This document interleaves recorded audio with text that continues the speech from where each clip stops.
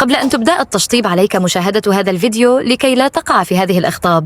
إليك 20 نقطة مهمة يجب مراعاتها قبل البدء في تشطيب منزلك، والتي يمكن أن تساعدك في تجنب المشاكل المستقبلية وحصولك على نتيجة مرضية.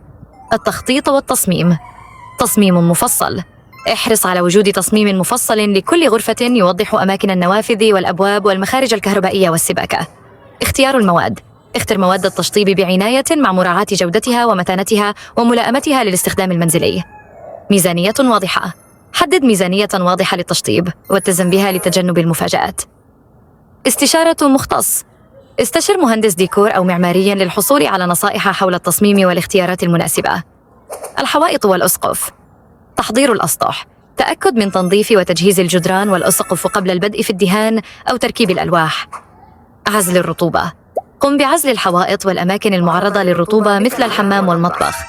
جودة الدهانات. استخدم دهانات عالية الجودة ومقاومة للتآكل والاصفرار. تركيب الإضاءة. اختر إضاءة مناسبة لكل غرفة مع مراعاة التصميم العام. الأرضيات.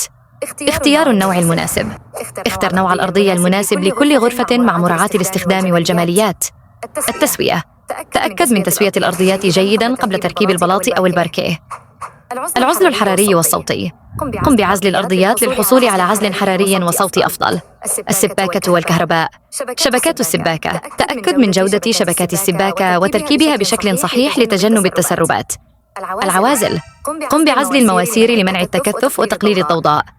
شبكات الكهرباء. تأكد من جودة شبكات الكهرباء وتركيبها بشكل آمن. مخارج الكهرباء. قم بتوزيع مخارج الكهرباء بشكل مناسب لتلبية الاحتياجات. الأبواب والنوافذ. جودة المواد. اختر أبواب ونوافذ عالية الجودة وعازلة للحرارة والصوت. تركيب محكم.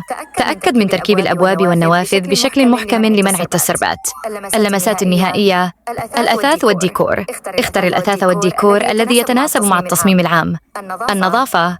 حافظ على نظافة المكان أثناء عملية التشطيب وبعد الانتهاء منها. التسليم والمراجعة. قم بمراجعة العمل النهائي والتأكد من مطابقته للمواصفات. ملاحظة. هذه مجرد قائمة عامة، قد تحتاج إلى مراعاة نقاط إضافية حسب طبيعة منزلك واحتياجاتك. هل لديك أي أسئلة أخرى حول التشطيب؟ ملاحظة هامة. لا يمكنني القيام بأي إجراءات عملية مثل تحديد مواعيد أو مقارنة أسعار. هذه المهام تتطلب تفاعلاً مباشراً مع المقاولين والموردين. نصيحة إضافية. يمكنك البحث عن مقاولين موثوقين عبر الإنترنت أو الاستعانة بتوصيات من الأصدقاء والمعارف.